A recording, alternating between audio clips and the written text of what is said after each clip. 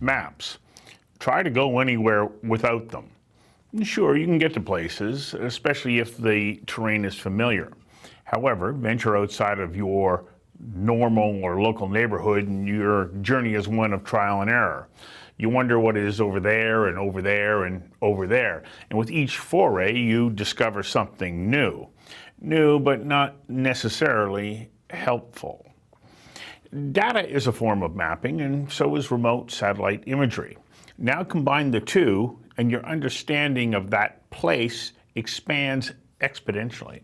Not just the place as a static point in time, but a minute-by-minute view of what happens in that place. So imagine the power that information gives to retailers and governments and insurance companies and so many others in knowing not just the place, but the place and minute-by-minute historical activity.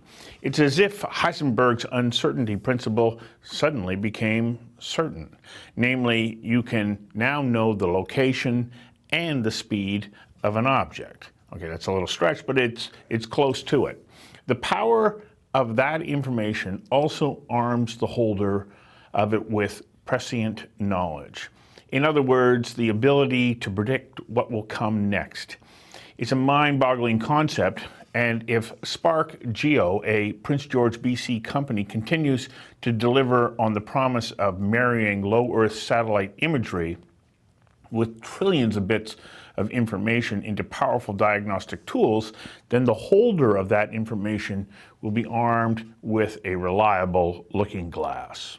I invited Will Cadell of Spark Geo to join me for a conversation that matters about the power of accurate time, space, and velocity-based intel.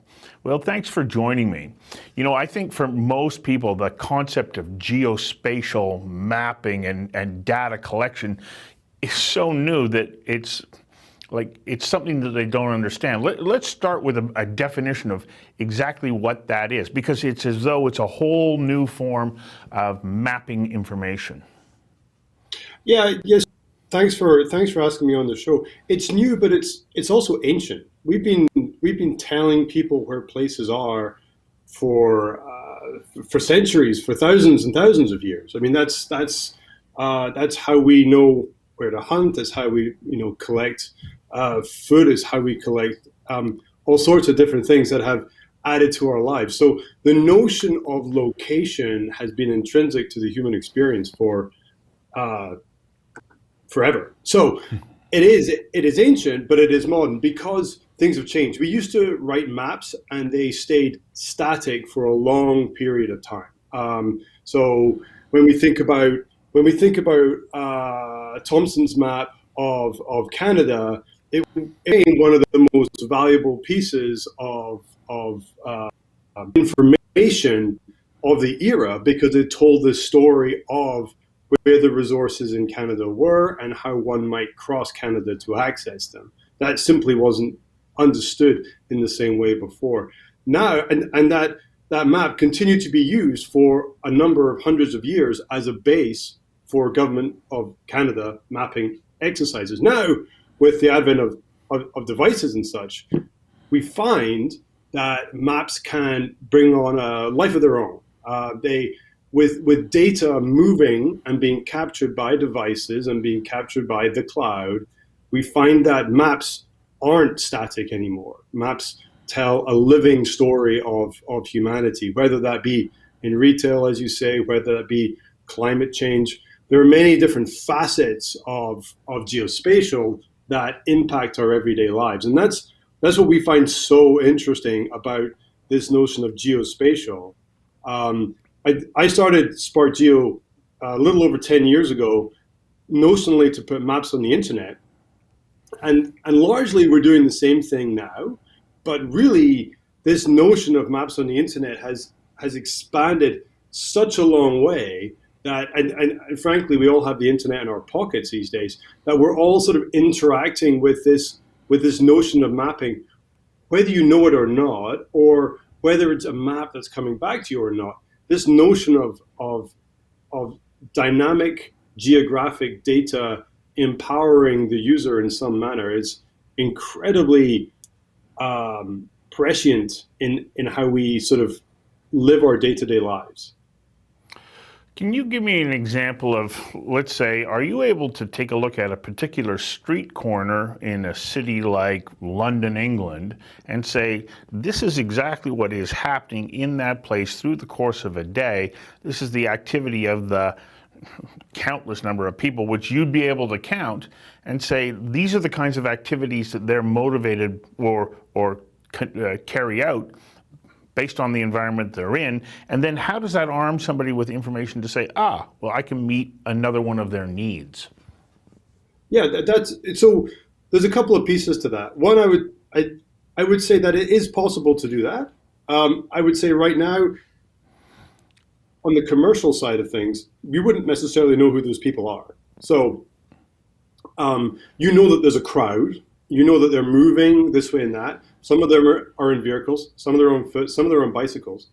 And they're typically moving through that location. They might be commuting, they might be going shopping, they might be sightseeing, they might be dropping kids off at daycare. Who knows what they're doing, but they're moving to that location. And yeah, you can determine at certain times of the day how busy a certain place might be. So yeah, if you wanted to empower that person by providing better transit at that location, or if you wanted to provide to them a way of meeting a need, whether it be coffee or a donut or whatever it is at that particular location. That information is somewhat available, but you might not know that that's Joe who is walking by there at that time, or you might not know that Joe's intention is X, Y, or Z. But what you do know is that there's a bunch of people who are moving. That is possible too. However, you also might not know that instantly either. You might have to wait a little bit of time to get that information through. There are technologies that allow you to know precisely what's happening with an individual, but one would have to be very careful around privacy at that point. Well, yeah, I can imagine. I was hearing you say, we take this person, Joe, for example, and say, you may not know exactly who they are. I think that they would be happy to know that you don't know exactly who they are, but rather that you're looking at those kinds of activities so that you can make informed decisions, hopefully to improve that experience. Yeah. And I think the safest way for commercial land, as I like to say, to think about geography is, and to think about nodes on a network and individuals on a network, and that talks to the Internet of Things as well to some extent, but to think about these things in aggregate. So I don't really want to know what Joe's doing. I want to know what the crowd's doing.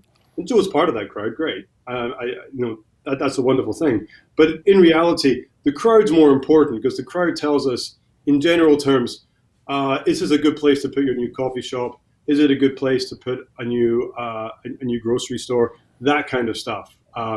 So thinking about crowds and thinking about aggregates is a much safer place for a commercially oriented geospatial company to be operating. Who really are the customers of this geospatial information? We talk about commercial applications, but what are the other applications of this kind of information that would be a benefit to, whether it's a nature conservancy or, a Boy Scout troop? I don't know, because it's, as I say, it's new to me too. So I'm trying to understand exactly how we can put this to work so that everybody gets the benefit of having, the best possible insights. It's a fascinating question because it touches every single piece of your life, whether it's like doing like a GPS watch navigation thing, or whether it's locating your next store, or whether it's helping understand and measure climate change in some manner. All these things are overtly geographic questions. Spark Geo, my organization, our customers are typically technology companies who want to understand location to help them deliver a better service, whether they're a satellite company, whether they're a vehicle company who are deeply interested in mapping these days, or whether it be an organization who is feeling the pain of climate change financially and is fearful that the models that they had in place might not be as relevant in the coming years as they were before, which leads to a level of motivation to understand what is going on around them and how can they mitigate for some of those changes. So you are relying on trillions of bits of information on an ongoing basis that's coming from so much of the movement of people using a mobile device. It starts to give you that information, and as I said in my introduction, you're marrying it with low Earth satellite remote sensing or imagery. How do you bring that stuff together and at the same time protect the identity of those people with their devices? Well, it's actually a fascinating question. So I would have said 15 years ago, what we do today doesn't really exist.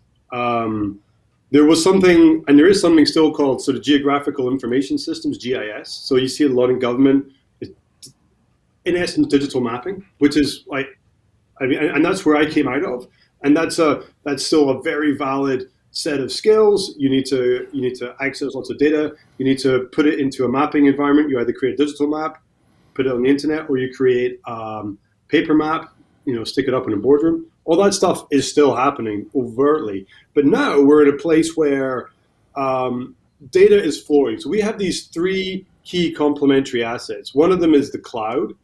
One of them is access to space. And one of them is the pervasive number of devices that we have. So we got 3.5 billion devices on Earth. That's 3.5 billion people collecting GPS data of their day-to-day lives. We have like 10 petabytes of imagery being captured of our planet every single day, capturing change of the planet. And we have now what we would call, conceptually infinite compute in the use of the cloud.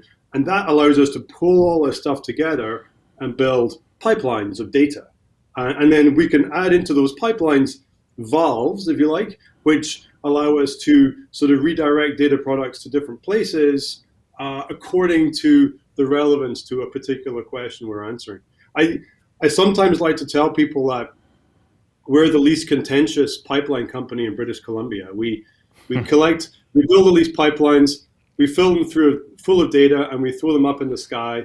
And it at this point has not been a problem yet. So that's a good way to think about it. It's a good way of visualizing how this data flows, because it is coming from one location and it's flowing to kind of a refining capacity where we turn it into something that's of overt human use, and then we ship that product out to whomever is of most interest to it. Does that help?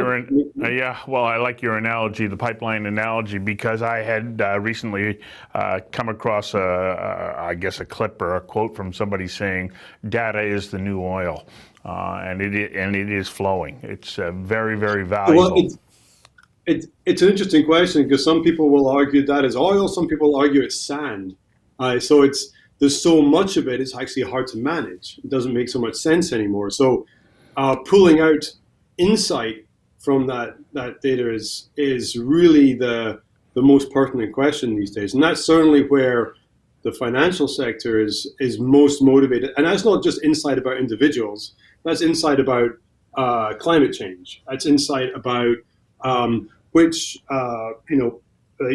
tell me which parts of my real estate portfolio are at greatest risk from fire or from flood or from landslide as a result of fires causing floods. It's these geographic chains of events which are astonishingly hard to measure. Even on a local scale, they're quite complicated.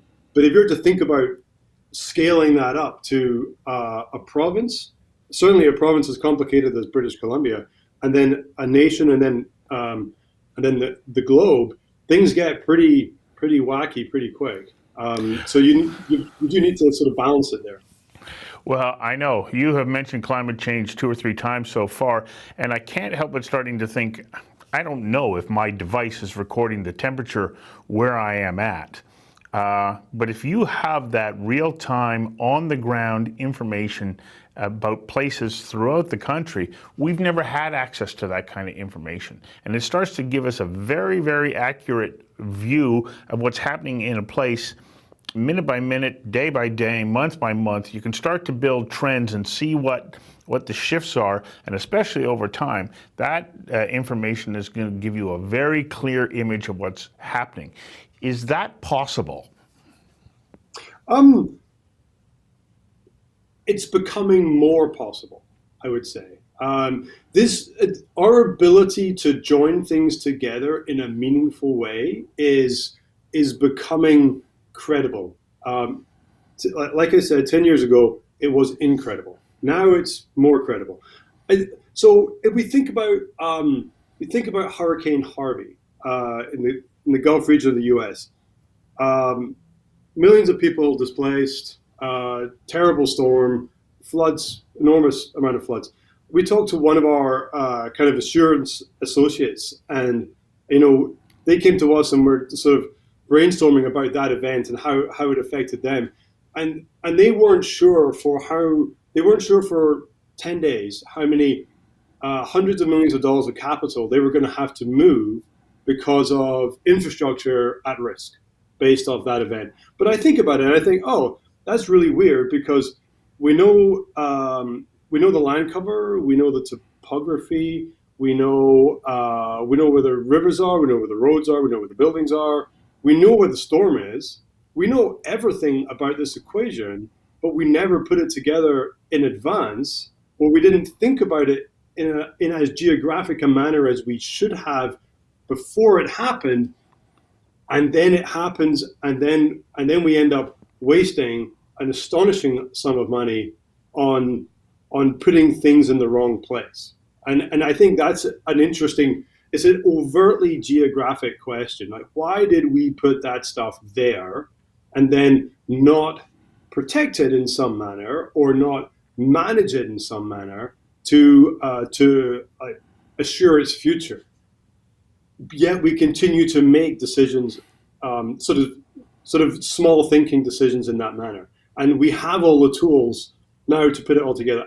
Like I said, this is a new thing. This market, these complementary assets that have kind of sort of merged into like a Venn diagram, and we're right in the middle of that Venn diagram. That never existed before. Now we have the ability to do the analysis with appropriate data sets. But I think that ability to the market now is astonishingly hard, because a lot of people are like, well, don't we already do that? Or why did we not know this information? Well, it's all there, but what we haven't done is assembled it in such a manner that the appropriate decision makers were empowered by it. And I think that's where organizations like mine are sort of facing what would I call it? Maybe even a marketing issue. Like, we have to get out in front of people and describe what our modern abilities are now, where we moved from this place where we were making static maps that didn't change back in Thomson's time for hundreds of years. Now, in modern times, they can live their own lives. But that means if they're living their own lives, it's not far off being able to judge what is likely to happen given certain scenarios. So that's where we come to your question, which is, can we start understanding what the future holds? Well, we don't have a crystal ball, but we do have an ability to start thinking about what we know happens. We know that water flows over concrete and gets absorbed by wetlands. So if we cover a wetland with concrete, big surprise, the water flows and it floods more stuff. So when we start thinking about these processes, and we're not and we're thinking about them in a holistic geographic manner, then we get to a place where, yes, we can start judging what is likely to happen and why we should do things a little bit differently, especially in the face of what feels like a changing environment. So just in the last couple minutes that we have here, why is BC perfectly situated for you to be able to develop this technology and attract the human resources that you need to create this really exciting kind of future of mapping? Well, BC's actually had a great history of geographic companies. The government of BC invested a ton of money in the TRIM program and VRI programs to measure our forest resources. So there is a lot of innate geographic knowledge in this province. So that's where I'd start. Also, I think BC's got a great quality of life. Now we're not restricted to being anywhere in particular. People can live for their lifestyles more than their livelihoods, which I think is an incredibly powerful message. We're a remote company, so we're not limited by any means to BC. I live in I like to say I live north of the wall, and many people, sometimes judge the wall to be the 49th parallel. Sometimes they judge it to be just north of Vancouver, depending on their geographic kind of context. But nevertheless, I'm above it. But the point being that we're just a remote campus for anything that happens in San Francisco. So that's easy for us. We're in the same time zone as the biggest technology economy on Earth, which means we're just a Slack message, if you like, away from helping those guys do whatever it is they need to do. So BC has been a great spot for our company to grow. We do see an enormous amount of opportunity in the UK right now. So we're starting up an operation in the UK. I'm not saying by any means that we've tapped out what we can do in North America, because that isn't the case at all.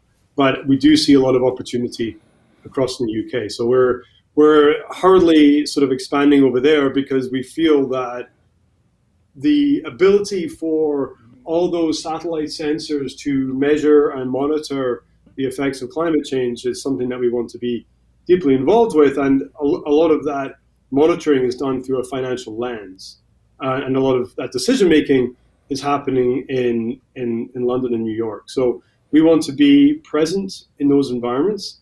And it's, frankly, just from a time zone perspective, it's pretty hard working over there from here. It's a lot of early mornings. So we need to have some people over there, and that's going to work out really well for us. Meanwhile, we simply can't hire enough staff in Canada, and we're very excited to be part of this new technology economy.